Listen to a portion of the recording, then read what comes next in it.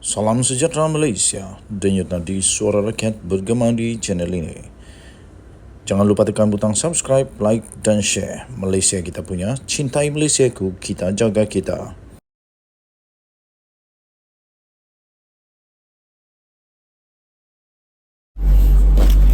Salam sejahtera Malaysia, denyut nadi suara rakyat bergema di channel ini.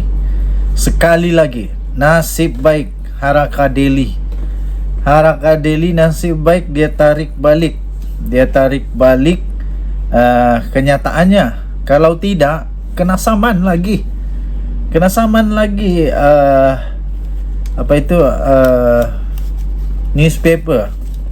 newspaper online yang selalu dikatakan PAS punya ini. Tidak pastilah PAS punya apa, tapi Harakah Delhi akhirnya hampir kantoi. Nasib baik tak kantoi. Nasib baik Harakah Delhi memohon maaf kerana telah mendakwa Razali, penasihat khas Lim Guan Eng. Portal Harakah Delhi dengan ini memohon maaf di atas penyiaran berita bertajuk bekas penasihat khas Lim Guan Eng sertai PAS bertarikh 23 Jun 2023 kemarin. Editorial Harakah Delhi dimaklumkan pengenalan serta jawatan dia nyata serta disenaraikan kepada Razali sebagai ditulis dalam berita tersebut adalah tidak benar. Nah, baru tahu, itulah. Saya punya nasihat mudah saja.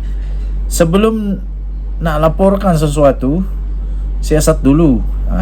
Nanti sendiri yang kena, yang kantoi malu sendiri juga.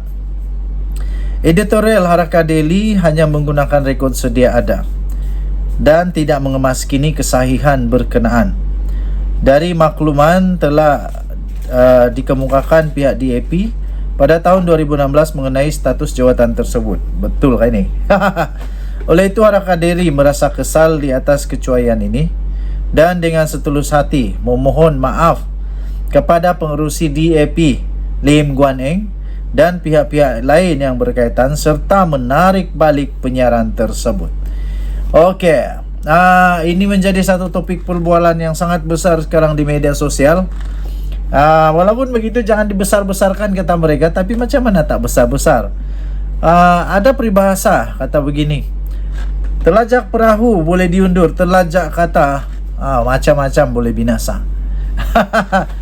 Tapi sebelum dibuat tindakan, kerana setelah dikeluarkan berita tersebut oleh Harakah Delhi yang mana didakwa kononnya bekas penasihat khas Lim Guan Eng menyertai PAS itu, seorang pemimpin DAP muncul tampil dan memberikan penjelasan bahawa Razali ini sebenarnya tak pernah ada jawatan pun.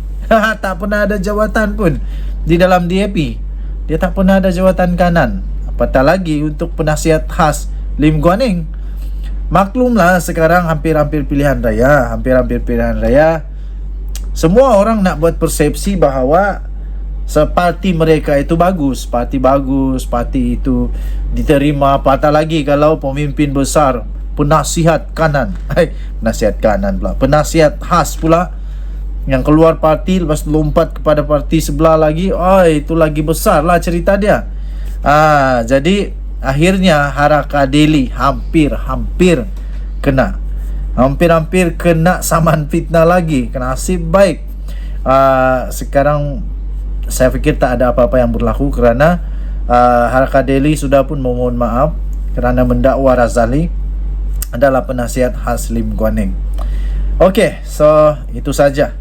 Tahniah diucapkan kepada Harakah Delhi yang berani untuk mengaku bersalah dan berani memohon maaf. Jadi sekali lagi harap-harap selepas ini tak ada lagi kesilapan mudah begini boleh berlaku lah. Kita jumpa lagi, bye-bye. Salam sejahtera Malaysia, denyut nadi suara rakyat bergema di channel ini. Isu tentang serang menyerang di antara pemimpin UMNO dan DAP, saya fikir susahlah untuk selesai. Tapi biasalah kan, lagi sedangkan lidah lagi tergigit, ini kan pula ini kan pula hanya kawan-kawan dalam satu persepakatan di dalam satu kerajaan perpaduan, biasalah. Tapi terbaru ada satu artikel daripada sahbudin.com.net. Kenapa tidak Isham Jalil saja yang cadangkan supaya UMNO berpisah dengan DAP? Wow, seorang ahli Majlis Kerja Tertinggi MKT UMNO, Isham Jalil, sambil membidas bekas ahli Parlimen Damansara dari DAP iaitu Tony Phua kerana menggelar BN sebagai pakatan korup, turut mencadangkan agar DAP segera meninggalkan UMNO. Menurutnya, Tony Phua dalam hal ini boleh memberikan cadangan kepada pemimpin parti DAP supaya meninggalkan UMNO daripada kerajaan perpaduan sekiranya parti itu dilihat terlalu korup. Katanya, sekarang pun kamu boleh cadang kepada pemimpin DAP untuk tinggalkan UMNO daripada kerajaan perpaduan. Saya okey saja jadi pembangkang. Jika tidak kerana titah yang di Pertuan Agong dulu, UMNO dan BN memang bersedia untuk jadi pembangkang selepas PR15 tempoh hari, katanya. Dan tambahnya, kamu sedia jadi pembangkang? Tanyanya kepada Tony Phua.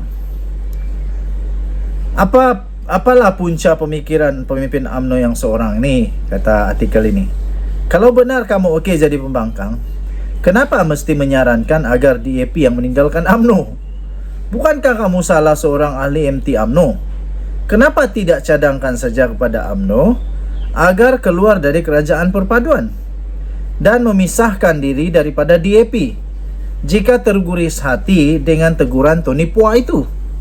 Mengapa pula Tony Phua yang mencadangkan kepada DAP agar meninggalkan UMNO?